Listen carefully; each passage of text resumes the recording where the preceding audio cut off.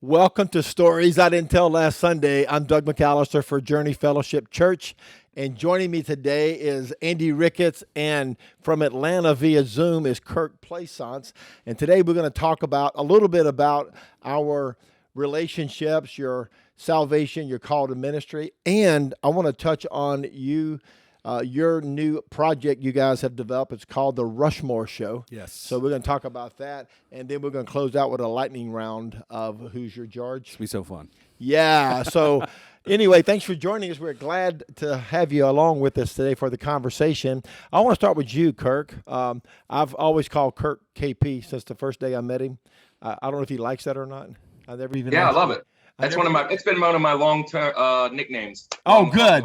Then I'll feel so, right. I mean, it's even my Instagram. So now it's KP to PK. So yeah, I know. Kind of Saul to Paul. When did you and I first meet? What year was that, Kirk? So got married in 2008, so right. June of 2008, and about a month later we showed up at the church. Yeah. So we probably met maybe within the first probably month or so of me coming. The first few weeks I was in the back, sneaking in, sneaking out. Didn't really want to be a part. So fall of 2008, I would say.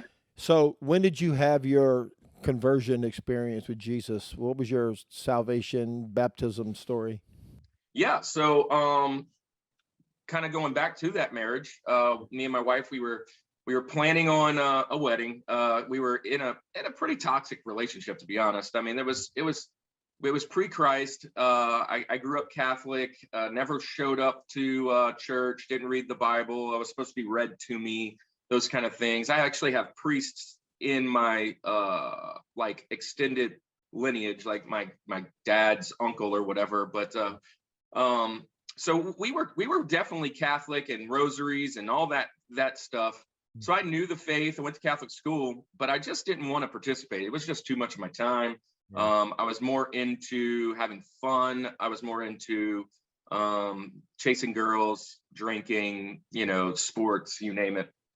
But when I was trying to settle down with Brittany, the pastor that was going to do our counseling, he was pretty adamant that we found a church, and we weren't really his church. And actually, that's even a funny story. We were borrowing a church. He was not even, the church we used wasn't even his church. So he was just like, look, this is just real crazy. We're going to marry you, but I need you to find a church. Now, here's the funny part of the story, PD, is Brittany had been trying to get me to go to Harvest probably about 3-4 years prior to that. I remember. And I was like, Brittany. I am not going to Harvest. There is no way I'm going there. Those guys have way too much fun at church. I don't know what's going on at that church.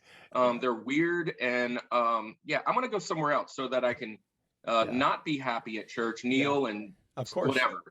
Yeah. And so long story short, we ended up, after we got back from the honeymoon, Brittany said, hey, look, there's a new church out on the service road in Lacombe. It's called Journey Fellowship Church. Yeah. And at that point, I didn't know yet that it was Harvest still. Yeah. And I was like, okay, let's go try it out. And that very first message, I won't forget it. It was, who's your daddy? That was the very first message that you did. Mm-hmm. And you were doing like Heavenly Father, but you did Earthly Mother, Earthly Father, and I think Jesus was probably the 4. It really made an impact on me because I remembered it. And my wife, that very first time, was like, oh, they're starting a new series. We can come the whole month and listen to the whole thing. Yeah. Well, that was actually the first time I had went to my mother's grave, was that first time. And she had been past 8 years. Wow. And then the conversion just kind of started happening. We went through a lot of trouble, a lot of addictions that we were fighting. Brittany ended up going to rehab for 6 weeks. And in that process, I just met good people like yourself and some of the other leaders. I had my moment at the altar. I was actually, Pastor Allen, our old children's pastor, was probably the one that that drove something home to me that really probably changed my life completely. Was I kept kind of sneaking out the back of the church. I would show up in the back row. I'd always show up late because I didn't want to go through worship and watch folks raising their hands and and just submitting themselves to the Lord. Yeah. But I would show up. I loved the music. I loved watching the drummers, to be honest.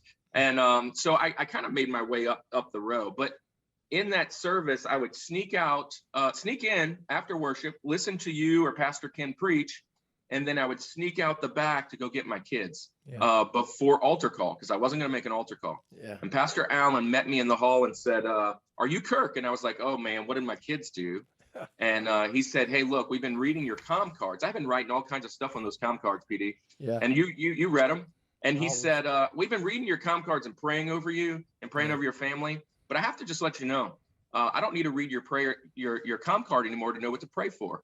And I was about to leave the church then. I thought he was about to tell me he was in the recliner watching football. Holy Spirit showed up. Kirk's watching porn. Kirk's getting in a fight with his, wife or whatever. And he ended up saying, while you're writing all that down on the comm card, your 9-year-old daughter, McKenna, is making the altar call in children's church and telling us all about what's going on in your house. That's that really impacted me. And I decided shortly after that I was going to stop drinking, stop drugging. I wasn't really a big drug person, but we were going to stop all the extracurricular activities. Yeah. And I was going to try and get my family together. And within 6 months, my wife was in rehab. We had been separated for a while, and then decided to join the church, become members of the church, joined your children's volunteer staff. Yep. And then your daughter, Christian, brought a friend to preach. I think it was on Mother's Day, from Highlands. Right. And then she preached about the call on your life.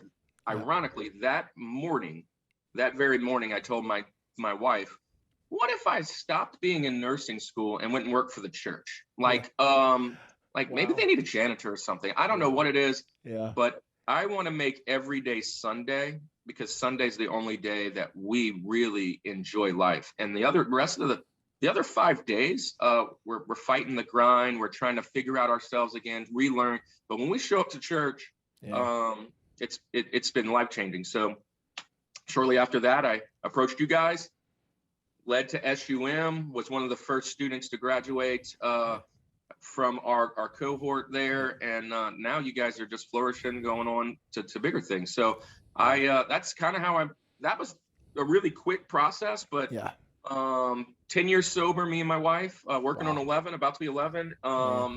And loving Jesus since 2008, I guess. So that's it. Man, what a great testimony. When did you get baptized? What year did that happen? Do you remember? So got baptized as a young one, with the Catholic Church pouring and everything. And then so it took me a while to kind of just redo that, because as I was going through school, you have to remember, I never had read the Bible before when I joined the school, which is a funny story. The pastor said, open your Bibles to Matthew. And I looked at the guy next to me and said, where's the book of Matthew? Yeah. And so I joined school never doing that. And one of my first questions was, am I supposed to get baptized again? Because I did it wrong. Yeah. So it took me a little bit of time. I ended up getting baptized September of 2008, I believe is the time. September of 2008. So almost 3 years later, I went through school, finished school, was coming on staff. We had already kind of planned that. And I said, you know what? I'm just gonna recommit myself and get baptized. So Pastor Kim baptized me out by the cross. Over there on the interstate. So I saw that picture the other day of you getting baptized, but it didn't mark what year it was. I just kind of wondered what year that was. And you were I think our very first graduate from our cohort. And I remember you and I talking that day, and I said, Kirk, when you graduate, you want to come work full time for us, because at that time we had an opening for our generations pastor. And you said, I don't know. Yeah, but I don't know. Yeah. Well, it was like this, PD. It was like this. First off, you guys asked me to come on and be the youth pastor. Right. And this was on the heels of our last guy leaving and some numbers kind of dwindling. Yeah. And he was such a rock star in a lot of the eyes. Right. So I, in my mind, was like, nobody wants to QB at New England after Brady leaves, after New Orleans after Breeze leaves. It was just like this aura was around him. Even with my daughter, I was like, oh gosh, I don't know if I can fill those shoes. Yeah. And then I accepted it, and then you guys were like, how about the children's pastor? And Oh. I was like, oh, that's easy. I'll take Yeah. that one, because I had already been in that system. And then you came back like a week or so later and was like, I was on my tractor. God told me generations. Yeah. How about generations? We put it together. And I was like, well, I've already accepted both of them, so let's do it. Let's do it. Yeah, that was a time that we were revamping every ministry, and when you came on the team, I said this is a good time to just reorganize all of our children's and student ministries. And Kirk, you were just a soldier. You said, "Hey, whatever you want to do, let's do it, man." So we just kind of invented it from scratch. We didn't have a model to follow. I said, Kirk, we got to invent this ourselves. And man, you really took it. You took ownership of it, and you helped us create a whole system that you were able to pass on to somebody else. Which is a part of the great story, which is one of the reasons I want Andy to tell his story. So you're going through school, you graduate, you come on staff, and then you recruit this young guy, Andy Ricketts. At that time, you were teaching junior high. Yeah. So what year did you come to Journey, Andrew? Yeah, so we started attending Journey at I-12 in Lacombe in 2014. Yeah. We had just recently had Zoe, our oldest. When did you graduate, Kirk, from SUM? I graduated in 15. Yeah. So January of 15, I graduated. So he had started coming in that fall. Isn't it really neat to look back at God's hand? Oh, yeah. It's just because you don't see what's happening around you, but the creator of the universe knew exactly what time. So you guys came in when Kirk was just assuming his new ministry role with us. So tell us about your first child was born. Yeah. So I myself did not grow up attending church at all. Very sporadically went to a youth group in my high school years, but definitely was never connected to a church. And, we just didn't grow up doing that. Courtney, my wife, grew up in the Catholic Church. And her family did attend church. But we, as a family, when we got married, church was not a part of our life. Right. Now, just a little quick backstory. I was playing in metal bands and things through my teen years and through college. And we had a good friend, Dustin, who played in bands, who was actually, not ever in a band with me, but was in other bands in the scene. And we knew that he and his wife were attending Journey, or were attending church. We didn't know it was Journey. Yeah. So we were just hanging out with them one day, and we said, hey, we had been starting the conversation of wanting to try church out. We wanted to give Zoe, our oldest, the opportunity to be able to experience that. I like I said, I didn't really experience that much as a kid. So we asked them, and we just got to talking to them, and they said, yeah, we attend Journey. It's in Lacombe, great campus, great people. So we just started attending church, and it was the fall of 2014. Wow. So Zoe has basically grown up in the church. How old was she when you came the first time? She might have been 6 months. Oh, wow. old. She was a baby. Yeah. Yeah. So she was born in March. It was around fall time, so it had to be about 7 months old that she was when we started. How long did you come to church before the Holy Spirit just got a hold of you? So that's an interesting one too. So you mentioned I was a public school teacher, and at the time we were doing events first Wednesdays. Yeah. And I remember there was always a first Wednesday happening, and not my wife, I was always the person with the excuse why we can't do it. Yeah. Well, it's Wednesday, it's middle of the week. I've been working all day with kids and just kind of worn out, and so that was in our head. That was our excuse that we would always use, something along those lines. And I remember there was one. It was always the August first Wednesday was a pray for the teachers, pray for the students, back to school. Yeah. So for whatever reason, we decided, hey, we're going to go to this one. So this was our first one that we went to. And I remember sitting in service or standing in service, and much like Kirk said, not the person to raise your hands, not the person to really, interact and be involved in worship, kind of the hands crossed, whatever. But I remember, I can't tell you what song it was. I can't tell you, other than I knew it was the August one, where the Holy Spirit just hit me, and I started tearing up crying. Wow. I don't know what, it certainly wasn't me, because I was not that person to do that. And I just fell on my knees, and I was like, at the time I didn't know what it was. I just knew that there was something inside of me that just felt like, right, what I needed to do. And I told Courtney, I said, I don't know what this is, but I want to go a little deeper. Yeah. I want to figure out what this is all about. So at that point, it was probably 2015. It was probably, a good year. Yeah. Or about until we really got connected with the church. And really when I felt that was your first encounter with the Holy Spirit. Yeah, though. yeah, absolutely. And you got baptized, what, a year later? Yeah, so 2016, Yeah. Easter Sunday. Yeah. In 2016, Yeah. I got baptized. I remember it was the day after Zoe's birthday. We had a birthday party, and it was Yeah. the next day, got baptized. So, yeah, it's just a great. So you got saved, got baptized, got filled with the Holy Spirit. How did you get into ministry? Yeah, we're full of great stories here. Yeah. So, had kind of, was serving with the church. Honestly, how I first started going to serving was around that time you had mentioned that we were opening a Belle Chasse campus. Right. And immediately when we heard that, Courtney and I looked at each other because we both grew up on the West Bank. Yeah. Courtney grew up in Belle Chasse. Yeah. I grew up in Tarrytown, which is just on the other side of the bridge, right? Right. So we're like, I don't know what I'm doing. Yeah. I'll go and sweep the hallway if You I guys need were to. the first couple to volunteer to go to the Belle Chasse campus. We said we have to be a part of this. Yeah. I don't know what is involved. Yeah. So anyway, so I remember meeting up with Pastor Luis. Yeah. You became his right-hand man for a couple of years. Yeah. So we served for a while at the Belle Chasse campus. Yeah. In the beginning time, ripping up carpet, taking out those pews with that pink. That was some really ugly carpet, man.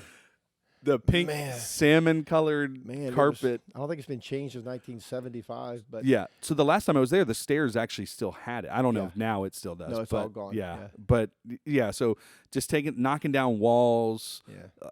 Again, nothing that I was qualified to do at all, other than I just knew something about Belle Chasse, and there was just a connection there. So then he recruited you to play drums, right? Yeah. Yeah. So I actually started on the worship team. Yeah. Was my first. Now I'd played now I've been playing drums for close to 20 years. Right. But it's always been a passion of mine. So I'm like, hey, I'll definitely play drums. That doesn't mean I have to talk to anybody. That doesn't mean I have, you know what I mean? And remember where we put the drum cage? Oh my gosh. It was the old baptistry, which was like above the pulpit. So we covered the baptistry up and put you up in a room all by yourself. Yeah. Like you were Ringo Starr. Yeah. And the worst part about it, and it was quickly fixed, was that there was no vent. Yeah. So for the first week or two, it was literally a sauna. And you could were probably sitting over an open baptistry on a thin piece of plywood. You could have at any time collapsed into the baptistry. Yeah, it was totally not OSHA certified, probably how we did things there. Yeah, because we put the floor in ourselves. So, Yeah, so it probably fogged up the glass shield in front, sure. and it was hot. But really, probably about 2 weeks in, they're like, "Yeah, hey, we're going to give you a little AC vent." Yeah, Thank you. There's some new ductwork in there. All right, so fast forward now.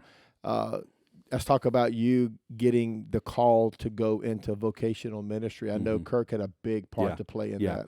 Yeah. So when I mentioned I was a public school teacher, I was also a coach. Yeah. Right. I coached football, did a little basketball, and did softball. And I had started kind of talking to Kirk, just at church, getting to know him and his family, and through fantasy football. That was another big one. We did fantasy football through the church, so that's God how we could connected. use anything, man. Yeah. He could use fantasy football. Yeah, so we connected through fantasy football originally, and just kind of started talking in the church and stuff. And I was coaching softball, but I'm nowhere near an expert in softball. It was really in the public school. It's just like, hey, are you willing to do this? Yeah. I was like, yeah, sure. I mean, I played baseball a little bit as a kid, so I kind of have a general idea. I can swing a bat. Yeah. But I needed some help. I really needed some help. And then also at that same time, knowing Kirk, knowing him as the youth pastor, he would always post these. We used to do this Instagram Live every, it was like 3 days a week or something like that. It was 5:55 live, right? It was at 5:55 a.m. It was 5 minutes of worship, prayer, and a message, a devotional, right? And so I was always keeping up with those things. It was just a great way to start, my few days a week like that. And there was one day where I said, you guys were having a lock-in. So this was October time. Yeah. What year is this? This 2016, 2017. I honestly don't remember the year. Right. But it was probably 2017. That had to be it. Yeah. But they were having a lock-in, and I said, hey, do you guys need help tonight? I think I reached out to Kirk, maybe Brittany, I messaged him, and he's like, "Yeah, sure, come along, come help." Well, yeah, we definitely need help. If anybody's ever done a lock-in, don't ever turn away help. All night long with a room full of teenagers? Yes. We need help. You need as much help, Yeah. and no matter how much help you have, you always need more. Yeah. Right? Absolutely. So I went there, not at all knowing what to expect, definitely not feeling like youth ministry was anything that I wanted to necessarily be a part of. But I really just went to go hang out with Kirk and to help out however I could. So I stayed the whole night. I didn't even, because I think Kirk even was like, "Hey, man, you could stay till like midnight and leave if you want to or whatever." And but I was like, "No, I'm going to stay the whole night." And stayed the whole night. And the one thing I remember saying is that when we did worship, it was a YouTube video that we played up there, and just kids were watching it. It was powerful. Like everybody was worshiping. It was great. But I remember going up to Kirk, and I don't know if it was at the lock-in or if it was some short time after, saying, "We got to do something a little different here." Yeah. As if I really had it. I mean, I was just coming to help out, right? We got to do something different. We could do something different. And Kirk was like, "Okay, what do you want to do?" Hey, you have the idea. Yeah. What do you got? And anyway, so just kind of fast forwarding through that, it came to a point where Kirk was going to help me coach softball, and I was going to help develop a worship team for the youth. Yeah, it's kind of how it worked back and forth there. Because again, playing drums, knowing music, and things like that. And anyway, from that point on, I was locked in, for no pun intended there, to serving in youth.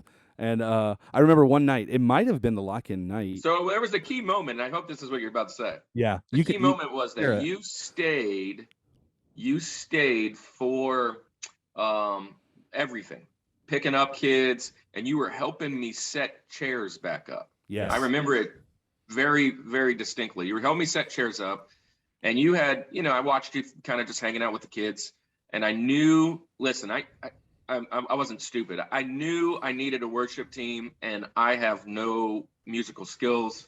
So we were going to continue to do those YouTube videos until we built that. And but you had the knowledge, you had how to just make it sound right. And so I looked. I'm pretty sure we were stacking the chairs, the whole setting them all down in the row. And I looked up and I was like, "Hey, man, have you ever thought about doing this full time?" And you were like, No. I said, "I think you're called to this." My answer was no. I just came to hang out with you, Kirk. That's all I did. Yeah. So that was a great question to ask, man. Mm-hmm. What a question that would change the direction of your entire life. Yeah.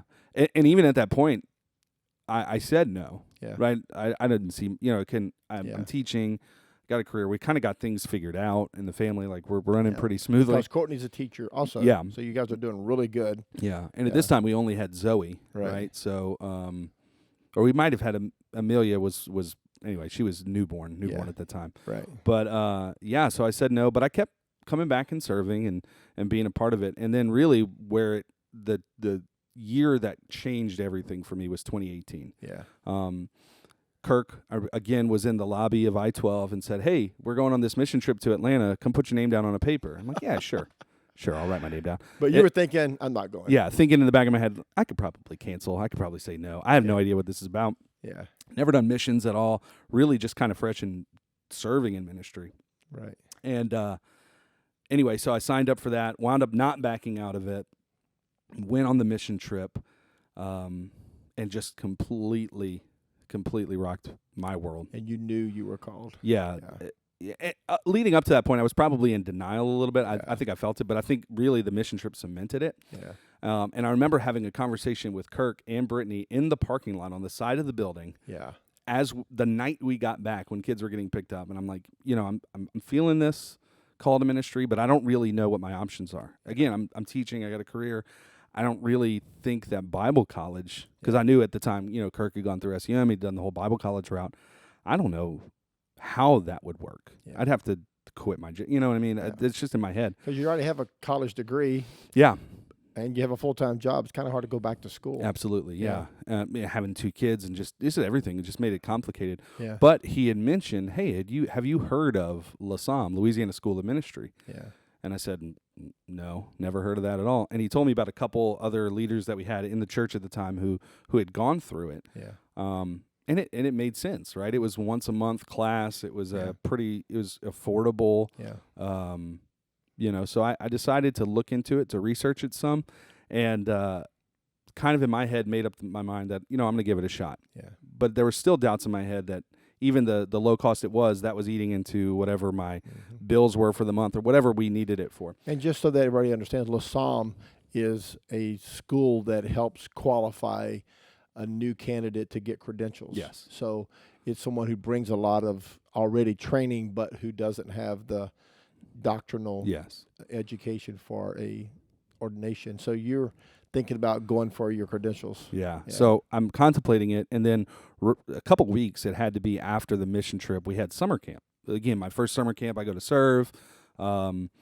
I have no idea what I'm getting into, right? I've already done a lock-in. Might as well try the camp thing too. Why not? Full immersion. Yeah. Yeah. And it was a Friday of camp. I'll never forget this.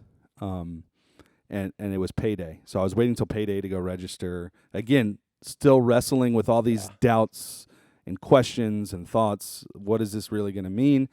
Courtney and I had honestly had some pretty tough conversations about it. We weren't really sure what we wanted to do. But I made up my mind, and you know what, I'm going to do it. But before, I'm going to just check my bank account. I'm going to make sure I got paid, And just real quick, as a teacher, if you do different trainings during the year, you get what's a stipend pay, right? It may be 2-3 months ago that you did it, and they finally decided to pay it to you. Yeah. So I open up my bank account, and I'm like, well, I feel like something's wrong here. And I'm looking through the details, and I actually received a stipend pay that was to the exact dollar amount that it cost for registration and for the class for Lasam for that August session. Almost like God was just giving you one final confirmation, man. Yeah, and from that point, I said, okay, Yeah. I don't know much about this, but I feel like God's in this. And then you went all 3 years. Yeah. You went Perfect attendance. I know, you went every month for 3 years. That's pretty committed, man. Yeah. So in the process now, Kirk, remember, Kirk, you had gone to hear Jeannie Mayo speak at the Louisiana district meeting. And I was so excited because Jeannie Mayo is, she's Elvis Presley of, youth ministry. She's Michael Jackson, whoever, who's the current superstar now. She's whoever. Justin Timberlake? I don't know. Who would it be? That might even be. Jeannie Mayo, man. Well, she discipled my senior pastor that I got saved under and got discipled under in the 80s. That's how long she's been in ministry. My pastor called her his mentor in the 1980s. So I know she's been around forever and ever. So Kirk said, hey, I want to go hear Jeannie Mayo. I said, man, let's do it. And you went up there and you won. What did you win that day at the first off, they just posted like on social media or something. Yeah. This drive-in Jeannie Mayo. And I honestly didn't know who Jeannie Mayo was at that point. Right. I was like, okay.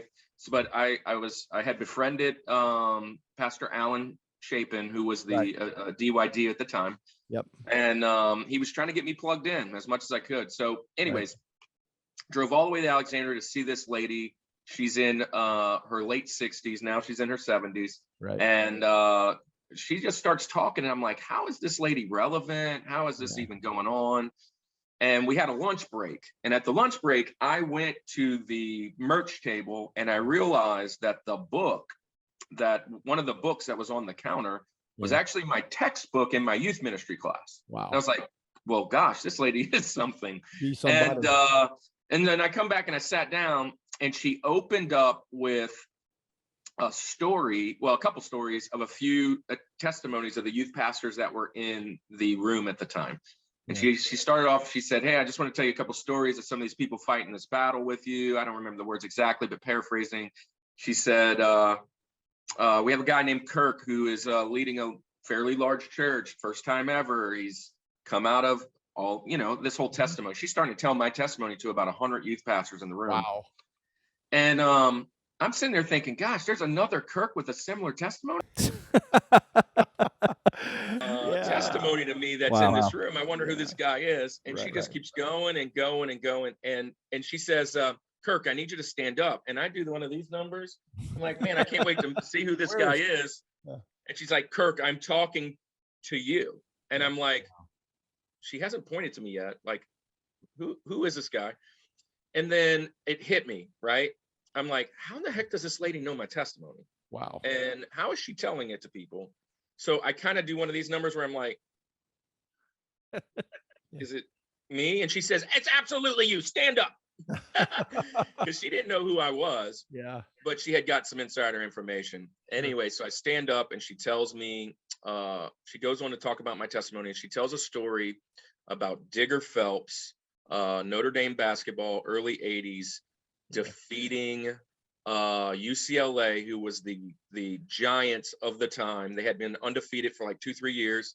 Right. And the story goes that in practice, Digger Phelps would have his team, after every practice, climb up a ladder and cut the nets down. Yeah. And that's what you do when you win the Final Four, the NCAA championship. You go and cut the nets down when you win the championship. And so there, as the story goes, they went to the point guard. After the game, the Notre Dame wins, beats them in the championship. They go to the media, finds some of the players and goes up to one of the players, I think it was the point guard, and say, hey, how'd you feel? How did you know you guys were going to beat this? When did you realize you could overcome the giant? And he said, we've been overcoming that giant in practice every single day. Coach has been sending us up to cut the nets down. Wow. That's They said we knew we were going to beat this team. Now they had been like undefeated for like 2 or 3 years. right. So then Jeannie pulls out this basketball net and says, hey, Kirk, just want to tell you, you've overcome some giants. You've done this, you've done that. I don't paraphrasing. Yeah. And she says, now it's time to go home and cut the nets down. Ooh. And I'm bawling, crying at this point. I am like broken in front of 100 people. I'm standing up, all youth pastors, all people in the back of my mind. They're going, they have no idea who I am. Yeah. And they all have way more experience than I do. Yeah. And at the end, I walked and I found her and I had a book. I had her sign it, gave her a hug. And she said, you coming to Cadre? And I'm like, don't know what that is, but what is it? She said, youth leaders coach, da, da, da, da, da. And I said, and she told me the price. I'm like, nah, I don't think I'm coming. Yeah. And so anyways, God made a way and was able to fund to get me there and joined. And that kind of changed. That was partially about changing my trajectory because now my wife works for her and my daughter works for her. Right. And it's just been a great ministry. Right. And it also led to the connection for you to move from Louisiana to Georgia. That was kind of like the beginning of your transition. Yeah. So when I came on that last mission trip, truth be told, when Andy was talking about standing on the side of the building, telling me that he was feeling a call into ministry. Yeah.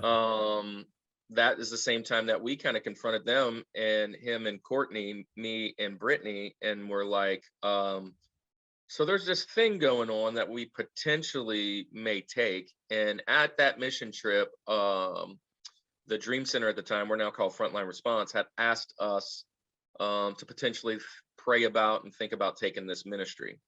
And we went on a dinner and they talked to us, and there were some key words that were said about us planting a church and maybe planting a Dream Center. That is what I felt kind of God was leading us to down the road.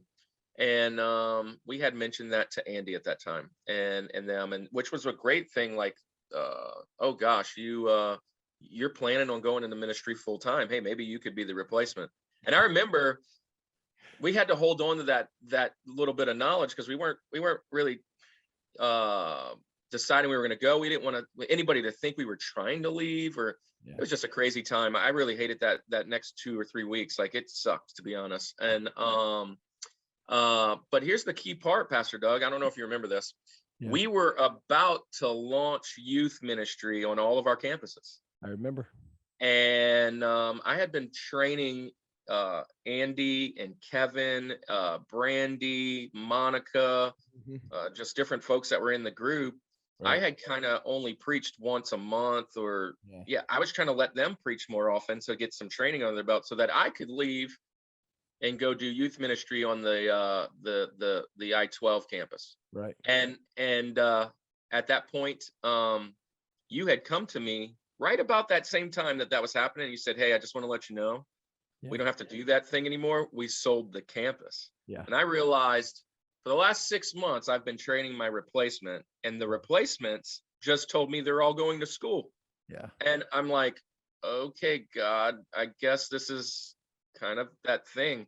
Yeah. And look, we went to Cadre. Here's the last part of that. We went to Cadre. Cadre was actually the weekend prior to that mission trip. Or the weekend. Yeah, it was the weekend. No, it was the weekend after.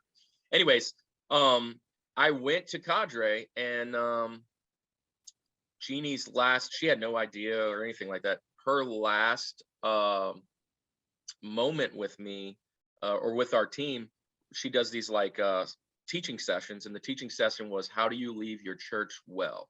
Mm-hmm. And I don't ever raise my hand. I'm not that guy. So I just felt this stuttering in my spine. I was like, gosh, you got to ask the question. You got to do it. Mm-hmm. And I actually raised my hand, and she's like, oh, so what you got? And I said, it's great. How do you leave a church well? But how do you leave a church you don't want to leave? Yeah. Was the question. Mm-hmm. And she said, we need to talk after this. Yeah. She sat me on the edge of her bed and told me to tell her the story. And I told her kind of how all things led to that and all the stuff was going on. And she essentially was like, gosh, this seems like God's really painting a good picture for you and your family to plant churches, to come to Atlanta. You've been in Atlanta, putting all these pieces together, even talking about her little instance. And she said, I think you might be out of God's will if you don't take this, but I'm not the Lord. Yeah. Continue praying and seek that. And that was kind of the last part of it. And then we started praying and felt that call. But yeah, so Jeannie was a big part of it. And then my daughter joined her school, Right. her school of ministry. And that was the plan from the get-go. And my wife was so terrified that McKenna was moving away. Yeah. And she was like, oh, we get to go to Atlanta with you. And I don't think McKenna was so happy about that in the first place. But she is now, because she still lives in my house. Yeah. So it's a good thing now. Well, that was a rough transition for me personally, as you well know. You and I talked about this, just because I counted you as, one of my most proud disciples, man. I was so proud of you, and I knew where you'd come from, because I'd known Brittany like back in 2003 before I ever met you, before y'all were ever married. So I just felt like I had this long-term connection to your family, and I had such grand plans for you in ministry with us. And then when you told me, hey, I think God's calling us to Atlanta, man, it was like somebody dropped a bomb on me personally. And you know that, and I've shared that with you. But in the end, the Lord reminded me that you don't belong to me, you belong to Jesus. And you got to obey what God calls you to do. So I tend to, have a deep emotional response to people that I love. And, I'm not telling you something that you don't know. But so in the transition that happened over the next few months, it's key. And I think Jeannie played a huge part in that, how to leave a church well.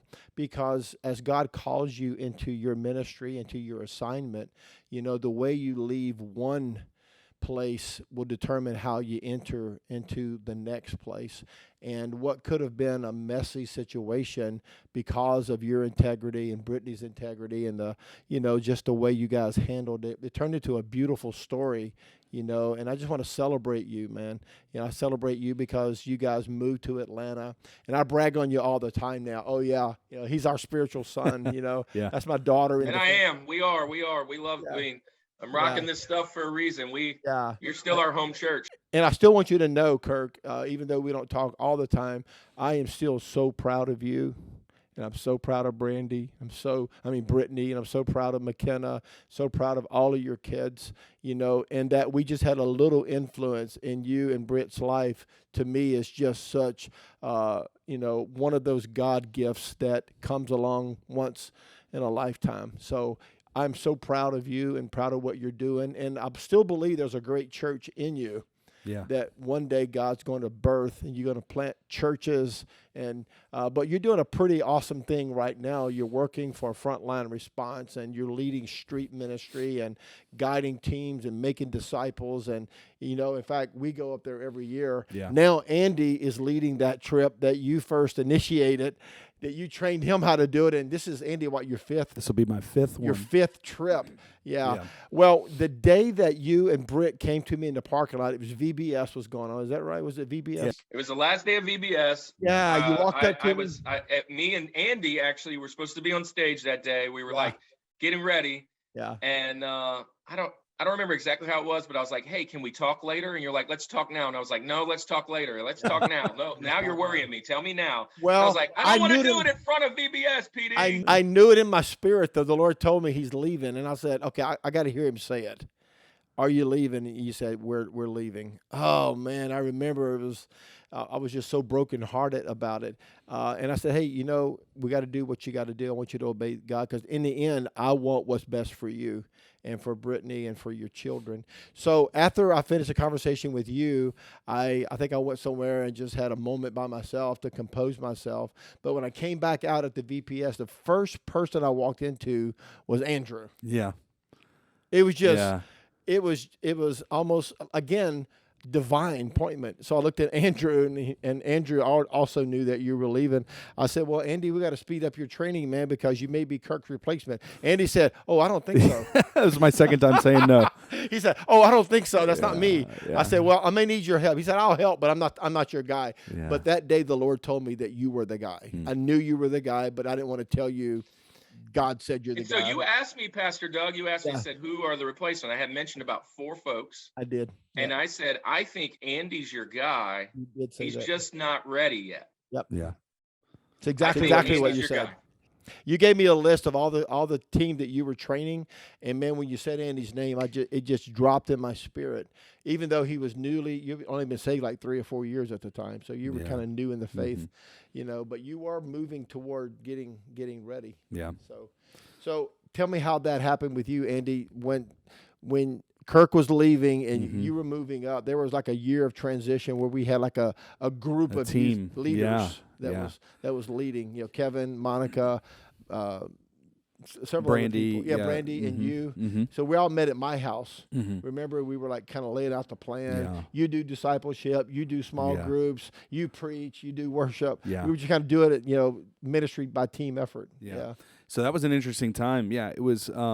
Again, I didn't want to take the role of the guy, so it actually worked out well that it was a team effort. Yeah. And I'm just, the mentality is that always that, like, if I start something, so like with Lasam, I'm doing 3 years through, like I'm going to see it through. Right. So we just kept coming and serving, and my initial role was worship, right? Yeah. Again, going back to kind of how we started, worship was the first kind of responsibility I had. So we just kind of continued with that. And then just over time, continuing to serve, Kevin got a great opportunity, got called to Crowley to be a youth pastor there. Everybody just continuing to serve and things, and it just eventually got to the point. And I kept telling the Lord, you're taking all these great people, man. Yeah. You took Kirk, you're taking Kevin, but the Lord said, but you got Andy. Yeah.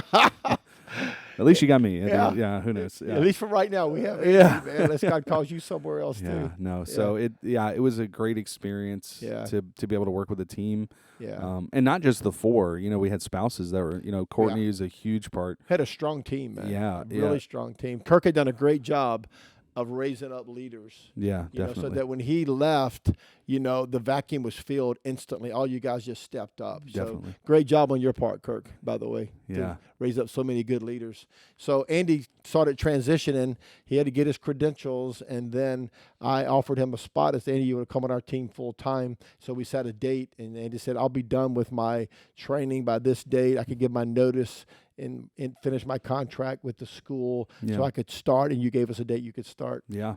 Yeah, I finished out. I was teaching, right? Yeah. I was and now I've taught for 6 years in the public school, and just pretty much serving alongside with that as well, doing what I could, and then God opened up an opportunity to be able to do this full time, which is still, Yeah. I don't know why he did it. Well- Like it's well- me of all people, but it's just amazing. It's a huge blessing to be able to do that. Well, it's just a great testimony, man, that, Kirk raised up such great leaders. And then from that, God raised you up from Kirk's ministry to step into our role and our staff. And, we count you and Courtney as a son and daughter because, you guys were all saved here and baptized and filled with the Holy Spirit, called to ministry, trained, So I guess as your pastor over all of you, it's been such a great joy of my life.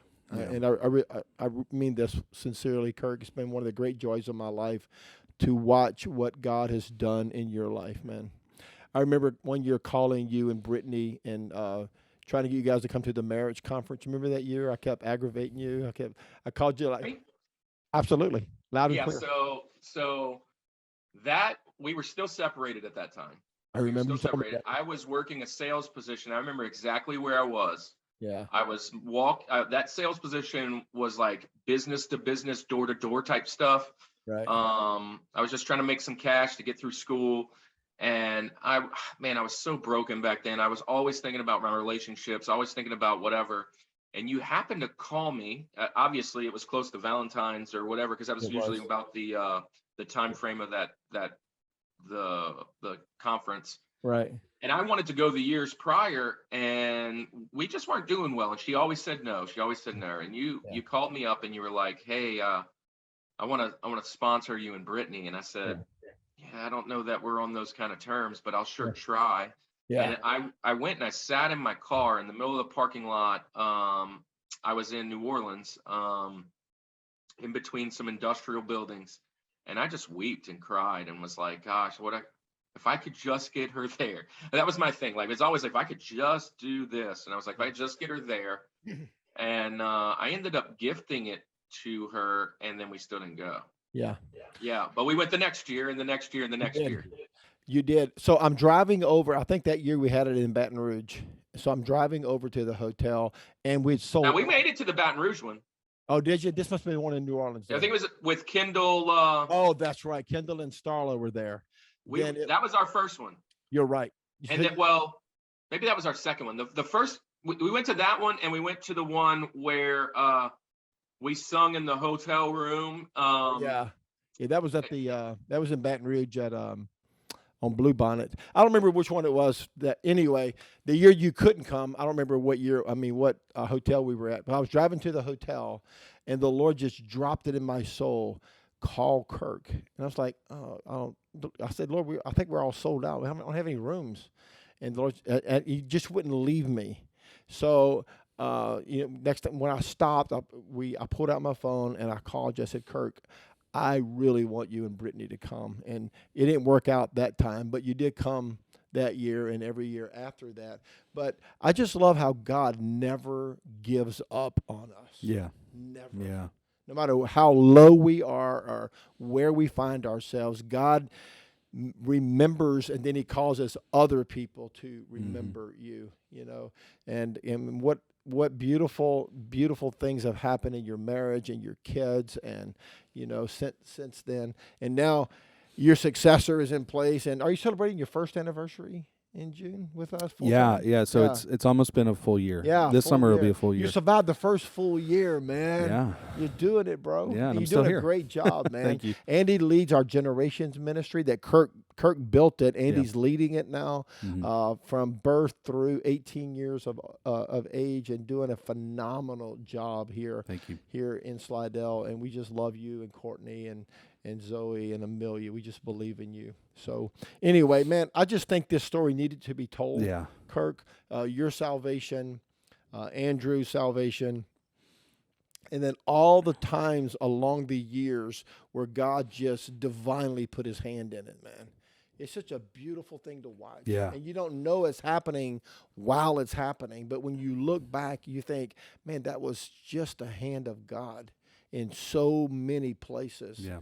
That brought us to where we are today. And now you guys are best friends. Yes. Which is kind of cool, but you're 3 states apart, but you're still best friends. And you just began a brand new venture together Yeah. that I've really been enjoying watching. You guys have your own podcast, Yeah. and I love the name of it. I want you to explain it, one of you or both Yeah, of you. yeah. I'm a big fan of your podcast. Tell us the name of it, Andy. So our podcast is called The Rushmore Show. And tell us why. Yeah, of course, Yeah. we all know Mount Rushmore is where Mhm. the four presidents are. Yes. So tell us why it's called, or one of y'all, tell us Yeah, why it's yeah. called The Rushmore Show. So I can share it real quick. We're big sports fans, and if anybody follows any kind of sports writers, you typically get this conversation that gets brought up of who's on your Mount Rushmore of quarterbacks, Right. sports teams, whatever. Yeah. You know, Right. who's your Rushmore? It's kind of one of the analogies that Sure. they use for saying your top Which four. is like your top four. Your top four, Yeah. right? Because there's Yeah. four presidents. And I your top love four. lists, man. I really, that's why I like your podcast so much, because I love doing lists. Mhm. I read lists every day. Yeah. So when you told me what you guys do, I was like, oh, yeah, Yeah. this is a great idea. And it's easy to follow. It's not a top 10. It's not Right. definitely not a top 100. Yeah. It's 4. yeah. And this is weekly? Which makes it tough. Yeah. Yeah, it makes it tough when it's only 4 to narrow it down to cut Yeah, out I'd have a hard time. the other man. 1,000 that you want to put up there. Because I was watching one the other day. You guys Mhm. did, was it ice cream? What did you do one time? Well, we did. You may be talking about the junk food. Junk so food. junk food, we Yeah, did mention I ice got cream a like a lot. top Yeah. 24 in junk food, man. I don't know if I could do 4. Yeah. So Yeah. it's tough, definitely, to narrow it down. But so we took that idea of the Rushmore. So it's not anything new that we created. Yeah. And what's funny about it is that we've been talking about Rushmores just in casual conversation Yeah. for years. Yeah. We've been driving our wives crazy. So they want you to go into another room and do it. Yes. Yeah. So Let the universe hear about this. this is Yeah. just, even when Kirk was still living in Slidell, we would have the conversations of Rushmore but we never did like typical like quarterbacks or whatever. Yeah. Like, we could talk about that. That's fun and all. But we Yeah. always like to say, what's your Rushmore of Right. Jello flavors? I don't know. Something. It was usually whatever we were holding, eating, watching, Yes. whatever, listening to. All right, so this is a good song. What Yeah. about your Rushmore of quirky 80s pop, whatever? And we're like, okay. Yeah. Sure. Yeah. So, it's So a there's little, 4 presidents. Yes. There's Washington, Jefferson, Lincoln, and Roosevelt. Roosevelt. So do you have a particular order you go down for Yeah. the top 4? So, Kirk, you want to tell them about how do we do our rankings in the Yeah, Rushmore? so it started off real easy that we just started saying this term, who's your George?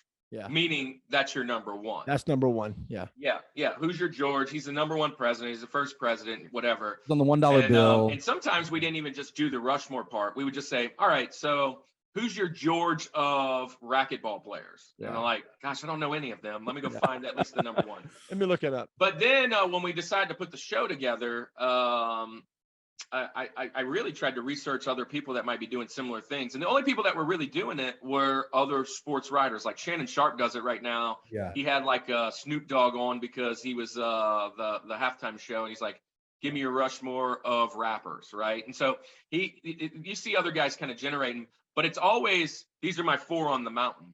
And so we kind of wanted to give an idea of how we could give some significance and put some talking behind it.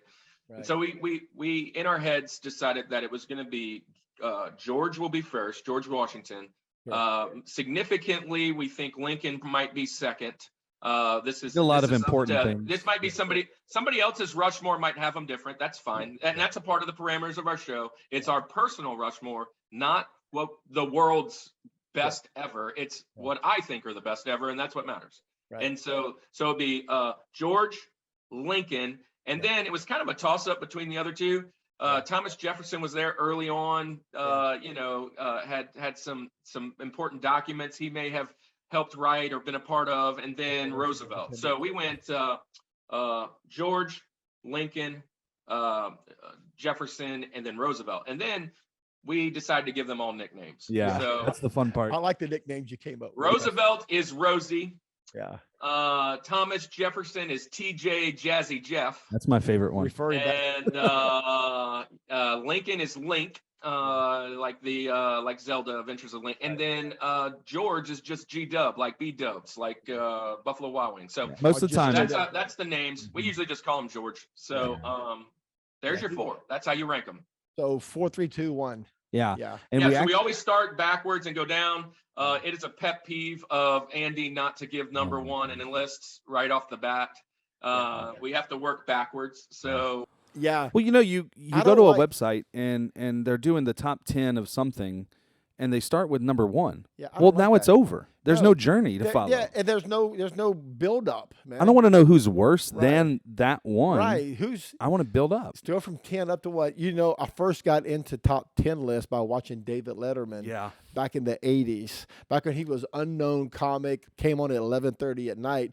I would stay up. I was 18 or 19 at the time, just to watch the top 10 list. Yeah. And he would start with 10 Yeah. and go up to 1. So to me, it only makes sense if you start at the bottom and work your way up to Yeah. the George. So That's what we do. We rank whatever topic we want to talk about. Something we try to hold to something a little bit relevant that month as much as we can, but we give our personal, like Kirk said, top 4. Which makes it fun because we get a lot of comments back and forth of no, I think this is who should be this, but that's what we like. We like having those. It's like two friends sitting on a couch, which is where it originated. Yeah. Having the conversation about who's their top 4. So I like to. You guys pulled out the obscure. What question do you want to ask your cat category? That was one of my most favorite. that ones was we've the done. funniest one and the weirdest. So It was just both. It was great though, man. for those who don't Yeah. know, which is everyone, Yeah. unless you watch the episode, Yeah. January 22nd Yeah. is National Answer Your Cat's Questions Yeah. Day, There you go. which brings me to the point of who lobbied for that to need Why its is it own a day. national day? Yeah. So what we did is we took that and we said, oh, that's too good. We got to do something. Absolutely. So we took it and we did pop culture cats. Because right? neither one of us like real cats. Oh, yeah, So definitely. let's talk about cartoon cats or yeah, something. me too. Yeah. Who was the George of the cat world? Oh my gosh, I got to go back to that. I think George, my George was Aslan from Narnia. Woo! That's And number I think one. your George was Mufasa, wasn't it? yeah, it had to be Mufasa from Lion Yeah. King. But I had Mufasa on my, so we call it the Crushmore if we both have the nice. same guy or the same thing on our list. Yeah. Whenever it's mentioned a second time, it's a Crushmore. And I think Mufasa. Yeah. Yeah. It means we crushed it, right? We both. He's a great so cat, it's Crushmore. He's So legendary. yeah, it's been a ton of fun. We're 8-9 episodes in right now, and it's So just been. Filming episode 9 and getting ready for Music March, which will Oh, be 10, sweet. 11, 12, and 13. So it'll be all That's going to music. be fun. So if people watching now want to go Mhm. see some of your Rushmore, where can they find you? Yeah, so we're on YouTube. It's the Rushmore Show. Very Yeah. simple. You can look us up there. We have a TikTok as well.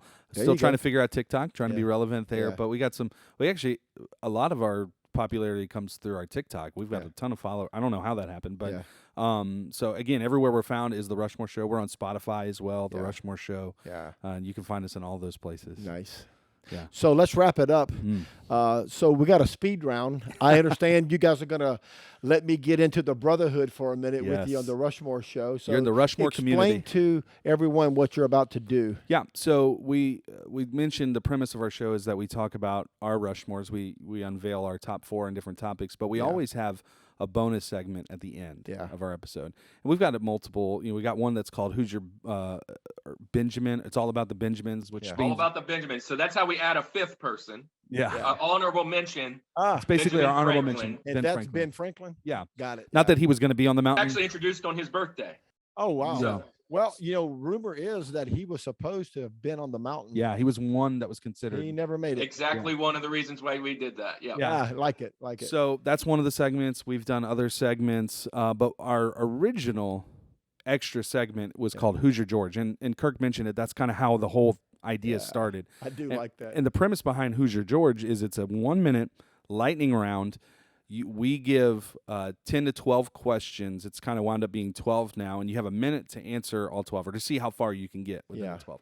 And we say, "Who's your George of whatever?" So you're going to ask me 12 Yes. questions, Mhm. and my answer has to be my George of that category. Your number one. And I haven't seen the list. I don't know what No. Andy's going to ask me. I'm hoping I can get a couple of these answers. I mean, that's 5 seconds per question. Yeah. So it's doable, but the key is you can't elaborate, So I can't explain. which is tough to do. I can't explain why my favorite It's cat. tough to not elaborate. We can elaborate after. Okay.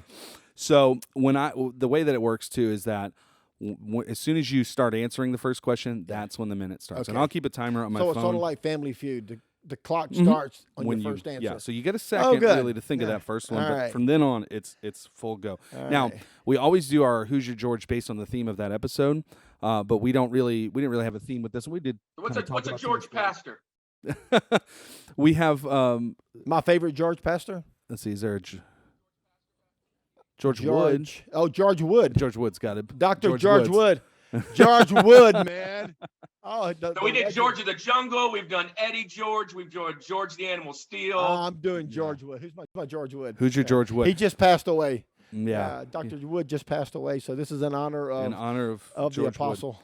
Yeah. So what we'll do is, again, you haven't seen these ones, but it's going to be all about you. So it's really just personal things with you. Man, I feel honored to get to sneak into the Rushmore show for one little segment. This is exciting. Yeah, it's a lot of fun. We would love to have I you hope on I a don't future disappoint episode. you all. Definitely. All right. So here we go. Are you ready to join officially the Rushmore community and Who's Your George? Absolutely. All right. Who's my George Wood? So who is your George of movies? Go. It's a Wonderful Life. All right, there we go. Now we're starting. Okay, your George of TV shows. The Andy Griffith Show. Nice. Song. American Pie. Vacation spot. Gatlinburg, That's Tennessee. easy. Athlete. Larry Bird. Mission trip that you've ever gone on. China. China. Comfort food. Red beans and rice. knew it. Cornbread and greens. Food that you've eaten in a foreign country. Crickets. Oh wow. Inspirational speaker. Whoa. Yeah, I know. Yeah. You get to a place. Don't have anybody. Okay, pass. Hobbies. Hobbies, fishing. Okay, book of the Bible. Book of John. Okay, and Bible verse. John 3:16. Okay, inspirational speaker. Come back to it. We can get it. Let's see. Oh man. Oh, we're there. George Wood. George Wood. You did it with 2 seconds left on the clock. No way! You got all 12. After that delay.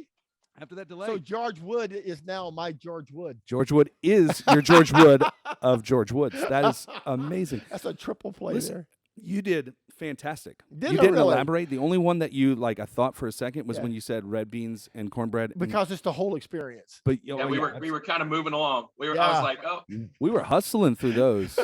And you beans got and to come rice, back. You got to pass and Cornbread, come back. greens, and bread pudding. I get to finish. Well, look at that. Now you make us look horrible because Yeah. we can't even do our own segment in the time limit. Man, of all of the inspirational speakers, I need you to ask me my favorites of things like that. I don't. We did- Usually it's like we're talking about cats, so we're going to ask you some of the weirdest dang cat questions ever. if you go back to the cat episode, I remember this is my favorite one I've ever. Oh, that's the Who's Your George of the Jungle. George of the Jungle. I said, "Who's your George of animal sounds?" And you have to do it. oh man. So he just like raw. it was so I funny. have to go back and catch that again. Yeah, I didn't see the so- end. Well, hey, great job. And then I said, I wanted to eat snake, Oh and you were like, "Why'd you say that?" And I said, "Oh, I thought you've eaten snake," and I was like, "No, that's what I want to eat. That's the George of what I want to eat." Yeah. So yeah. Wanna try some? we have fun. We have fun, PD. It's a lot of Man, fun. I know. I have fun watching you guys have fun. Hey, can I just say this, Pastor Doug? One of Absolutely. the reasons coming here to Atlanta has been, and I love you guys, has been just, it's been amazing. It's been up and down. But one of the reasons I wanted to start the show was to keep the community and the connection with Andy. Yeah. And we have big dreams. We wanna if it was to blow up or get wherever it would be, where we could, get some people behind it.